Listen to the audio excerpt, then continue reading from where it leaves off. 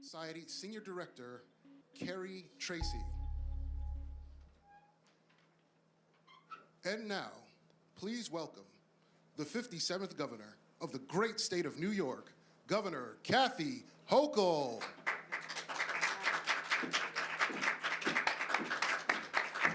Good morning and thank you. I don't need to tell any of you that New Yorkers are facing a crisis of affordability.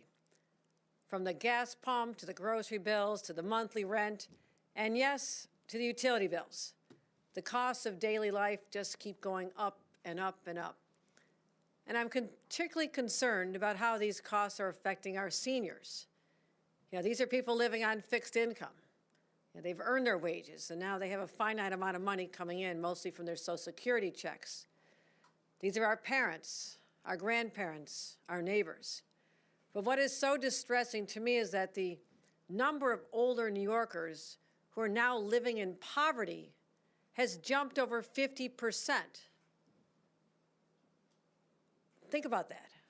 At this point in their life, when they should be enjoying the golden years, after a lifetime of work and raising families and contributing to their communities, they find themselves in poverty and struggling to pay their bills. And these are the ones who've got more prescription drugs than the rest of the population. They have medical bills. They're trying to get to the doctor. And as I mentioned, utility bills. You know, you keep the heat warm in the wintertime. You have to keep it turned up. As much as you'd like to keep your costs down, you have to turn the heat up. And that's why, from the very beginning, my administration has been laser focused on doing everything in our power to keep costs down for people of all ages. You think about what we just proposed in our executive budget, tax cuts, the largest tax rate reduction for the middle class in 70 years. Our inflation rebate, which says because everybody paid so much more for everything, we collected more in sales tax, resulting in an additional $3 billion. I want to put that back in people's pockets. Covering the costs of child care, helping people with little kids with our child and infant tax program, covering the cost of meals in schools, and there's so much more. But the ultimate goal is not to just help New Yorkers get by, but actually to get ahead. But all of a sudden, when something happens, when we're trying to put money back in these pockets, and there's other forces taking money out of the pockets, now we've got a problem. And I'm talking about efforts to raise utilities here in the city of New York for 3 million ratepayers by anywhere from 11 to 13 to 14%. Shocking. And this is a real hit on families. They didn't budget for this. They weren't planning for this. And these bills going up upwards of $500 a year. I'm trying to put $500 back in their pockets because of the inflation rebate, and it's going to go right out the door to pay this bill? Come on, how are they supposed to get ahead? This is intolerable to me. And I want to say this. I've talked to too many parents. I've gone to local restaurants, go to the shopping malls. I talk to everybody. Anybody who'll talk to me, I talk to.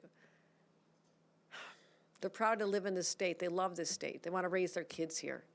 But it's getting harder and harder. And I've got to just say, we're listening to them. And that's why today I'm calling on the Department of Public Service to reject Con Ed's proposal for these exorbitant rate increases. Here I have a letter that I'm sending to the DPS chair and CEO, Rory Christian, that I'm going to sign right now, that expresses my strong objection to what they're proposing to do New Yorkers at this time when they just don't have the money to pay these bills. I'll sign it now, make it official.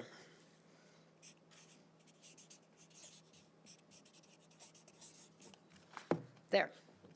This is a statement of my priorities as governor to protect our citizens from the costs of everything going up, but starting with their utility bills. And I'm going to make sure they understand how important this is to me. But I'm not stopping there. I'm also directing the Department of Public Service to conduct a first-of-its-kind audit of management compensation across the board. Because a lot of people are saying, Why am I paying this when they're getting paid this much from that money? I want to make sure that they're being responsible in how they use our ratepayer dollars. So the burden is already heavy. You just listen to people. You listen to someone who's switching to dirtier heating oil because he can't afford his gas bills. We are trying to transition to a clean energy future. So raging forest fires that we saw in our own state don't ever match what we saw in Los Angeles. That the flooding events that we see elsewhere don't become the norm here in New York. The extreme weather we're experiencing, worse flooding, worse extreme temperatures, hottest temperatures, coldest temperatures, it's all happening right now in our state. And the culprit is climate change. And we are standing up strong against that. I don't want people to have to continue using dirtier fossil fuel-based energy because they can't afford these bills. That's where we have to stand up and say no more. Or should families be dipping into their emergency savings just to pay these bills? I'm going to continue making New York more affordable. I want you to know that. I'm a fighter. I'm going to stand up and say no. Go back to the drawing board and figure this out, but you're not going to get that kind of rate increase from our hardworking New Yorkers, particularly our seniors who are represented by Beth Finkel here today, representing AERP, who has a message to tell all of us about what this does to seniors. And if we don't start paying attention, then shame on us. They deserve a better life. They've given enough to New Yorkers. They've given enough to their families. They've given enough to their communities. And now it's time for us to start taking care of them. With that, let me bring up Beth Finkel and thank her for her great support for our seniors across the state. Beth, thank you. Thank you. So on behalf of the almost 750,000 members of AARP that are right here in New York City, we are really appalled with this possible increase. And we really want to thank the governor for her leadership in opposing the Con Ed rate increase proposal. We need to do better to make sure that people can afford their energy bills now in the middle of winter, but also in the summer. We know that it's getting hotter and hotter, and we know that people have to stay cool. This is also a health issue, because if you can't stay warm, and if you're too hot in the summer, you're going to end up getting sick, and you're not going to be able to be in good health. It also puts, there are already 500,000 Con Ed customers that are behind 60 days or more on their bills. And they are so vulnerable to service disconnection. And they owe $1 billion. Think about that. How did we end up in that spot to begin with? And this is all about things not being affordable. So glad that the governor has called this out and taken a strong position about fighting this. Just yesterday, the Center for Urban Future released a report that said that New York City is now home to 1.4 million people that are 65 and older. And I'll tell you what's really upsetting, and the governor mentioned this before, 18% of the city's older adults live in poverty, below the poverty line. Again, that is unconscionable. And these high utility rates are contributing to it. So, Governor, I want to thank you again so much for working on this. As you said, older adults are on fixed income. And actually what we found is that 60% of the older people that were in that study said that they don't have any retirement income. So what does that mean? How do they ever keep up? More and more people are going to fall into the people who are in jeopardy of being disconnected. We can't allow that to happen. So, Governor, again, thank you for being a fighter on this issue. We love working on this issue with you, and we want to continue to stand with you on affordability. Thank you. Oh, and sorry, and I want to introduce Carrie Tracy, who's from the CSS Community Service Society. Great work for New Yorkers. Thank you.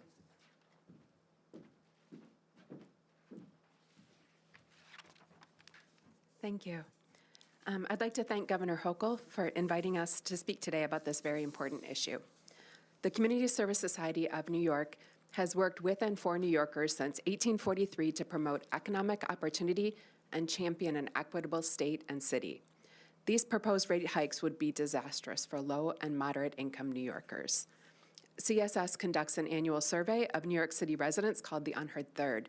And in the most recent survey, we found that over a quarter of low-income New Yorkers those living in or near the poverty level reported having no rainy day savings. About 1 in every 6 low-income New Yorkers would not be able to meet an unexpected emergency expense like these rate hikes. Almost 45% of households living near and in poverty worried about making ends meet all the time or most of the time. And women, particularly Latina and Black women and families with children, are more likely to experience this kind of financial insecurity. So we'd like to thank Governor Hochul for her strong defense of families in New York and fighting these rate hikes. Thank you. This concludes our program.